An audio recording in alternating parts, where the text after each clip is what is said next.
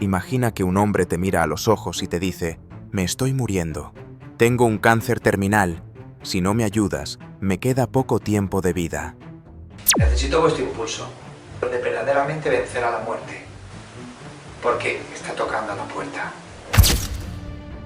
Ahora imagina que no solo te lo cuenta a ti, sino que lo repite frente a cámaras, en entrevistas, en redes sociales, en la televisión, y que miles de personas creen cada una de sus palabras.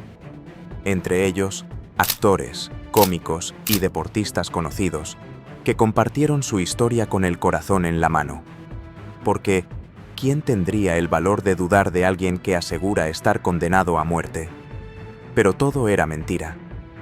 Durante años, un hombre llamado Paco Sanz construyó una de las farsas más escalofriantes que España ha visto. Inventó informes médicos, manipuló pruebas, lloró frente a las cámaras y consiguió que miles de personas le entregaran su dinero, convencidas de que estaban salvando una vida. Lo que nadie imaginaba era que esa supuesta víctima no estaba enferma, sino que era un impostor dispuesto a enriquecerse a costa de la solidaridad. ¡Toma! ¡Ha quedado chulo! Esto es lo que no se veía en sus vídeos. La cara pública pedía ayuda.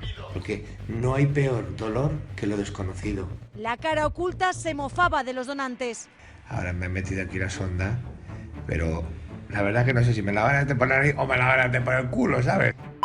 Esta es la historia del hombre que pasó de ser el enfermo con 1000 tumores a convertirse en el mayor estafador mediático de España. Para entender al impostor, primero hay que conocer a la persona. Paco Sanz nació en Madrid en 1981. De niño, no fue alguien que destacara especialmente. No era un estudiante brillante, tampoco un deportista con futuro prometedor. Se describía a sí mismo como un joven normal, aunque quienes lo trataron coinciden en que siempre tenía un aire peculiar. Desde muy temprano mostró cierta habilidad para manipular. No en grandes estafas, claro, sino en pequeños gestos. Exagerar problemas, dramatizar situaciones, buscar siempre que los demás sintieran lástima por él. Su vida adulta siguió un patrón irregular. Encadenaba trabajos que no duraban mucho tiempo, porque parecía más interesado en hablar de sí mismo que en cumplir con sus obligaciones. Nunca consiguió estabilidad económica. Poco a poco fue desarrollando una personalidad marcada por la mentira. Creaba historias para justificar su falta de logros, inventaba excusas para evitar responsabilidades y buscaba constantemente atención y ayuda. Años más tarde, cuando ideó su gran farsa, todas esas características encajarían como piezas de un puzzle: el victimismo constante, el dramatismo exagerado y esa sorprendente capacidad para convencer a la gente de que estaba peor de lo que realmente estaba. Paco Sanz no se convirtió en un impostor de la noche a la mañana. Fue moldeando, casi sin darse cuenta, un perfil perfecto para la gran estafa que marcaría su nombre en la historia negra de España. Y antes de continuar con esta increíble historia del mayor impostor de España, te invito a suscribirte al canal y activar la campanita, porque aquí contamos los casos más sorprendentes y reales que te dejarán sin aliento. Ahora sí. Volvamos a Paco Sanz. La gran mentira de Paco Sanz comenzó con una frase sencilla, pero devastadora. Tengo una enfermedad incurable, un cáncer que me provoca miles de tumores. Aquella afirmación no se basaba en la realidad, pero sí en un concepto que pocos se atreverían a cuestionar. ¿Cómo discutir con alguien que asegura estar condenado a muerte?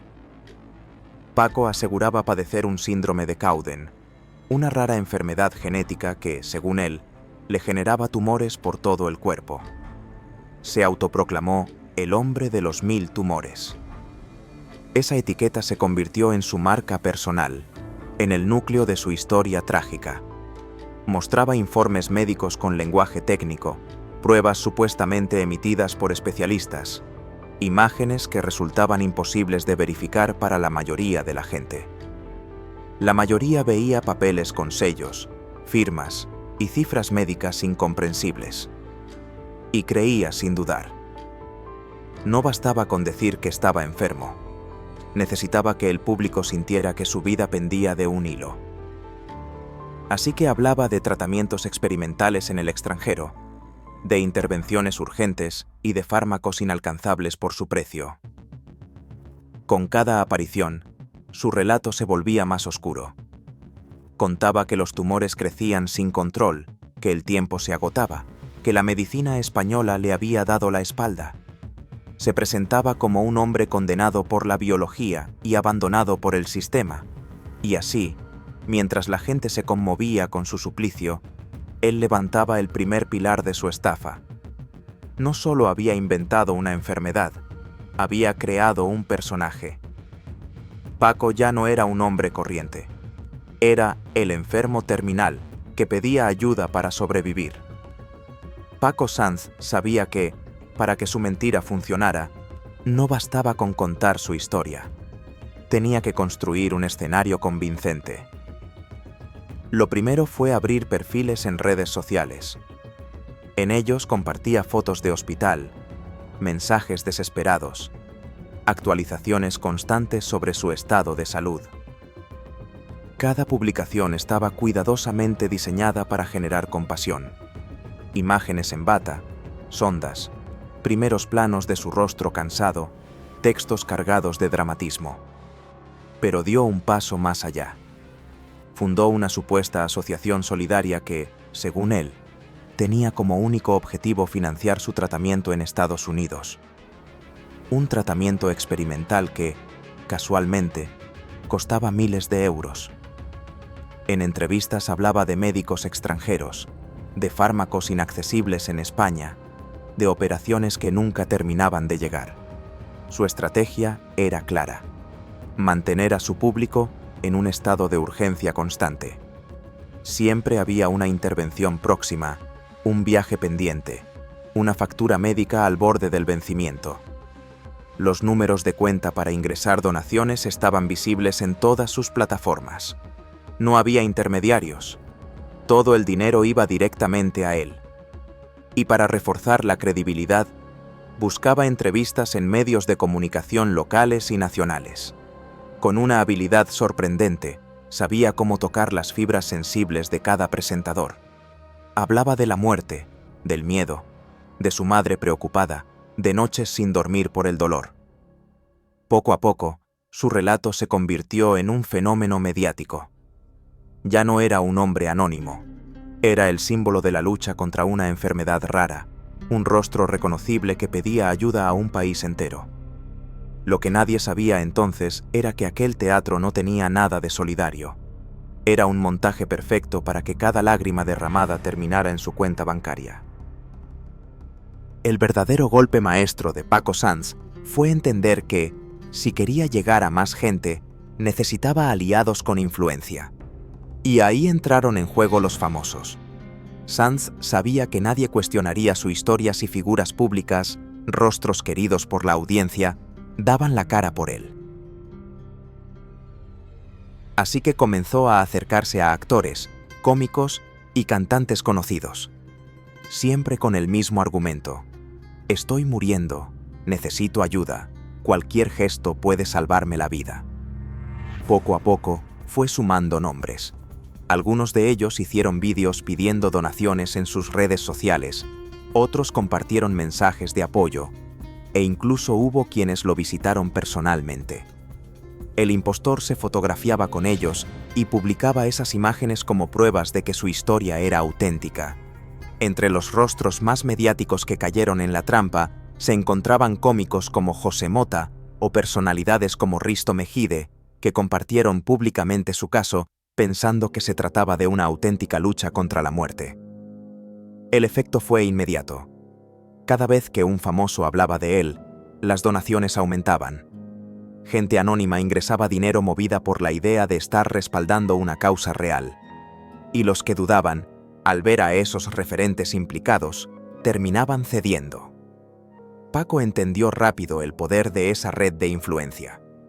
No solo se presentaba como víctima, sino como un ejemplo de superación admirado por figuras públicas. Esa legitimidad mediática multiplicó el alcance de su mentira. Lo más cruel es que aquellos famosos, utilizados como peones, también fueron víctimas. Ninguno recibió dinero, ninguno participó en la estafa de manera consciente. Solo prestaron su voz y su imagen para ayudar a lo que parecía una causa noble. Y mientras tanto, el impostor sonreía. Cada gesto solidario, cada publicación, cada vídeo viral, era otro ladrillo en el castillo de arena que había construido. Un castillo que, tarde o temprano, comenzaría a derrumbarse. Para entender cómo Paco Sanz pudo engañar durante tantos años, hay que analizar su modus operandi, porque no se trataba solo de pedir dinero, sino de manipular emociones con una precisión quirúrgica. En primer lugar, jugaba con el tiempo límite. Siempre había una operación urgente, un tratamiento experimental que estaba a punto de caducar, un medicamento que debía pagarse en cuestión de días. Ese sentido de urgencia obligaba a la gente a actuar rápido, sin cuestionar demasiado. En segundo lugar, explotaba el victimismo constante. Paco no solo hablaba de su enfermedad, contaba que el sistema sanitario lo había abandonado, que los médicos en España ya no podían hacer nada por él, que su única esperanza estaba en tratamientos fuera del país.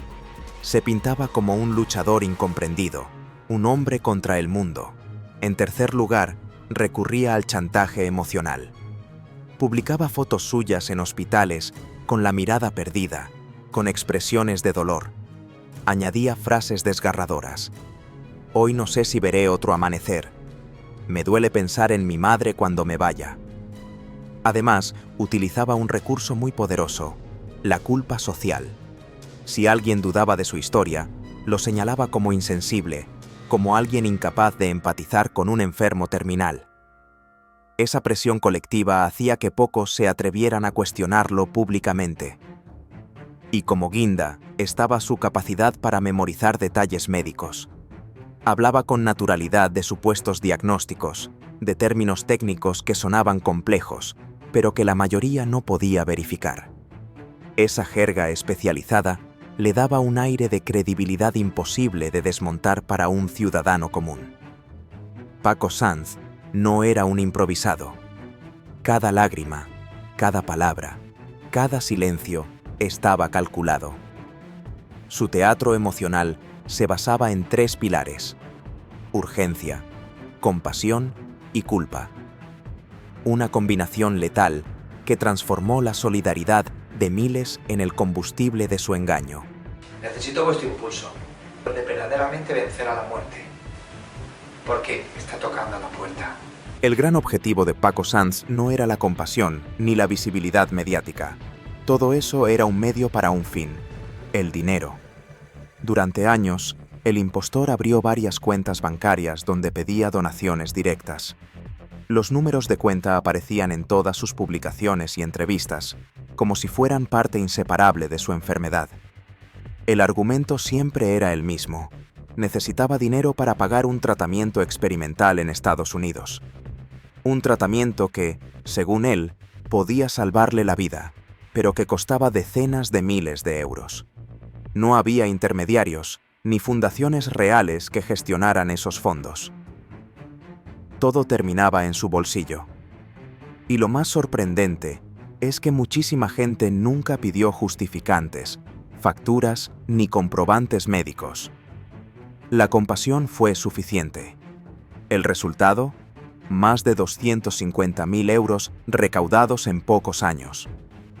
Dinero que llegaba de todas partes: vecinos de barrio que organizaban rifas benéficas, asociaciones locales que hacían colectas, ciudadanos anónimos que donaban desde 5 hasta 500 euros.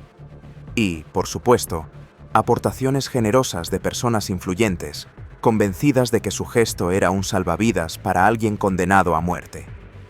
Lo más indignante fue descubrir en qué gastaba realmente ese dinero. Porque no se trataba de operaciones quirúrgicas ni tratamientos médicos, sino de viajes, cenas, caprichos y lujos personales. Se demostró que buena parte de las donaciones terminaron sufragando una vida cómoda, muy lejos de la imagen de enfermo al borde de la miseria que él proyectaba en televisión. El impostor había convertido la solidaridad en su negocio personal. Y mientras más dinero obtenía, más elaborada se volvía su mentira. La rueda de la estafa seguía girando, alimentada por la compasión de miles de personas que jamás imaginaron estar financiando la vida de un impostor. Durante años, Paco Sanz logró mantener su farsa intacta. Pero toda mentira tiene un límite, y tarde o temprano, la suya comenzó a desmoronarse. Las primeras sospechas surgieron en redes sociales. Usuarios empezaron a notar inconsistencias en sus publicaciones, cambios en las fechas de supuestas operaciones, informes médicos repetidos o alterados, y testimonios que no cuadraban con la cronología de su enfermedad. Los medios de comunicación comenzaron a recibir denuncias anónimas. Algunas procedían de profesionales de la salud, otros de personas que habían investigado su supuesta asociación solidaria y descubrieron que no estaba registrada correctamente. A medida que las denuncias se acumulaban, la Policía Científica y la Guardia Civil iniciaron una investigación formal. Analizaron cuentas bancarias, rastrearon transferencias y cotejaron documentos médicos. Lo que descubrieron fue aterrador. La gran mayoría de las pruebas aportadas por Paco eran falsas. Durante este proceso, muchos de los famosos que habían apoyado su causa comenzaron a distanciarse públicamente. Algunos pidieron disculpas a sus seguidores por haber sido involuntarios altavoces de un engaño tan sofisticado. Paco, consciente de que la red se cerraba, intentó maniobrar para mantener la farsa. Alegaba errores administrativos, cuestionaba la validez de las investigaciones y seguía afirmando que su enfermedad era real. Pero la evidencia era irrefutable. Los documentos eran falsos, los tratamientos inexistentes y las donaciones habían sido malversadas. Finalmente, las investigaciones culminaron en una denuncia formal que recogía todas las pruebas necesarias para proceder judicialmente. El hombre que durante años había movido a miles de personas a la compasión y la solidaridad, ahora se enfrentaba al peso de la ley. La caída de Paco Sanz no fue inmediata, pero sí inevitable. El impostor que había manipulado emociones, construido un escenario mediático y estafado a cientos de personas, se encontraba ahora frente a la justicia, con todas sus mentiras al descubierto.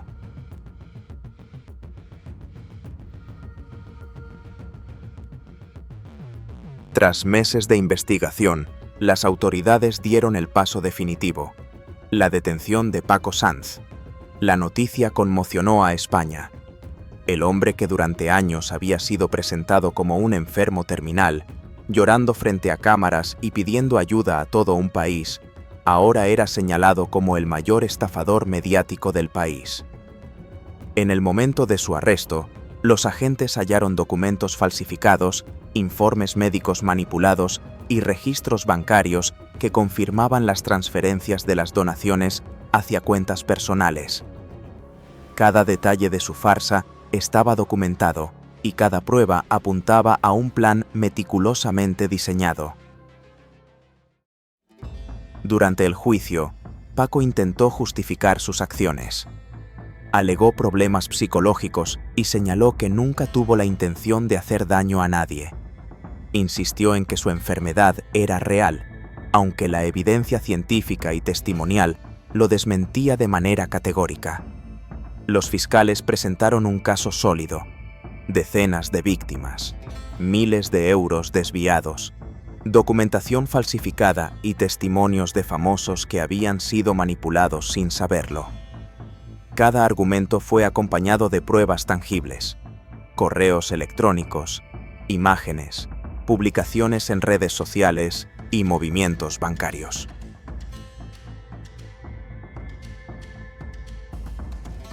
La audiencia quedó impactada al ver cómo alguien podía mantener un engaño tan elaborado durante tanto tiempo.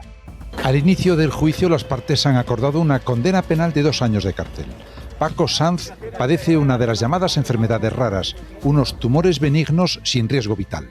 A pesar de ello, recaudó cientos de miles de euros, según la Fiscalía, exagerando los síntomas de la enfermedad. ¿Cuánto dinero le pudo recibir de estos terceros donantes? No lo sé. No lo sé. La verdad que me gustaría que el oxígeno esté... El llamado estafador, que fingía padecer más de 2.000 tumores, fue detenido en 2017 después de lanzar una campaña en redes sociales para recaudar dinero por su enfermedad. Llegó a conseguir más de 250.000 euros en donativos solidarios para costear un tratamiento que no necesitaba. ¿Cuántas veces fue usted a los Estados Unidos a recibir este ensayo clínico? 10 o 12. Para su enfermedad en real recibía el tratamiento gratuito en España. Parte del dinero, según la Fiscalía, era usado para comprar ropa, móviles e incluso un coche. También está acusada la que era su novia.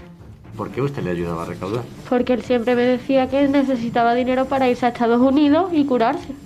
Sí. Lo que se está resolviendo en el juicio es la responsabilidad civil sobre cada uno de los afectados. En la lista de estafados hay famosos como José Mota o Santi Rodríguez. El juicio se convirtió en un espectáculo mediático, con cobertura de prensa nacional y declaraciones de víctimas que compartían su indignación y tristeza por haber sido engañadas. Poco a poco, la narrativa del impostor se desmoronó ante la evidencia. Lo que había comenzado como una historia de compasión se transformó en un relato de manipulación, fraude y abuso de confianza. Finalmente, los jueces tuvieron que decidir entre la compasión que él simulaba y la justicia que demandaban las pruebas. Paco Sanz no podía seguir ocultándose detrás de su personaje.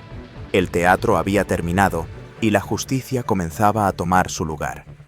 Tras un juicio que mantuvo en vilo a España, finalmente llegó la sentencia.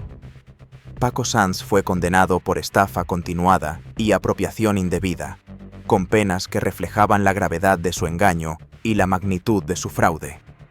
La cifra total de dinero defraudado se estimó en cientos de miles de euros. Cada euro representaba una historia. Personas que habían donado con la esperanza de salvar una vida, famosos que habían prestado su voz sin saberlo, comunidades enteras que habían organizado colectas para un objetivo que jamás existió. La sentencia no solo castigó al impostor, sino que también marcó un precedente mediático. Demostraba que la compasión puede ser manipulada y que incluso los personajes más convincentes pueden esconder oscuros motivos. La repercusión en los medios fue inmediata.